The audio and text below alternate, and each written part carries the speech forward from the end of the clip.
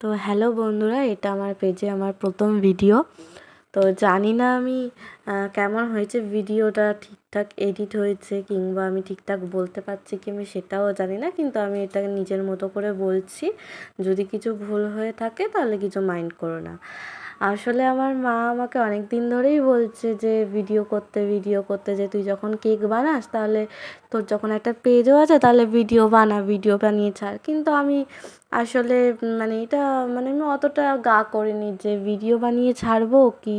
অতটা আমি নিজের মতো করে যখন কেক বানাই তখন আমি নিজের মতো করেই বানাই। কিন্তু একদিন মনে হলো যে চলো তাহলে যখন করছি তাহলে ভালো কিছুই করা যাক, একবার চেষ্টা করে দেখা যাক। তো সেই জন্যই ভিডিওটা বানালাম, জানি না কেমন হয়েছে।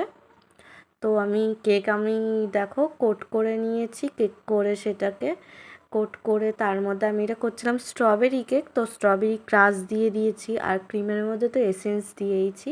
তো আমি কেকটাকে ভালো করে কোট করে নিচ্ছিলাম।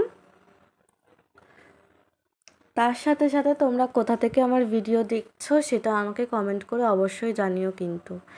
আর আমি স্ট্রবেরি কেকটা আমি করতে চেয়েছিলাম একটু পিঙ্ক কালারের, পিঙ্কি পিঙ্কি কেক আর কি।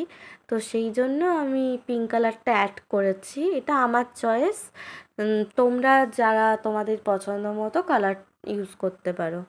তো আমি জানি না এই ভিডিওটা তোমাদের কতটা হেল্পফুল হবে, কিন্তু তবুও আমি ভিডিওটা করলাম। যদি তোমাদের হেল্পফুল হয় তাহলে তো অবশ্যই খুবই ভালো।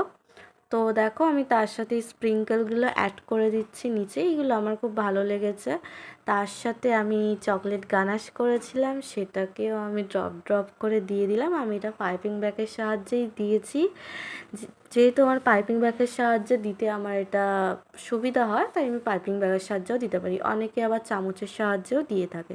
তো চলো দেখো, গল্প করতে করতে আমার কেকটা রেডি হয়ে গেছে।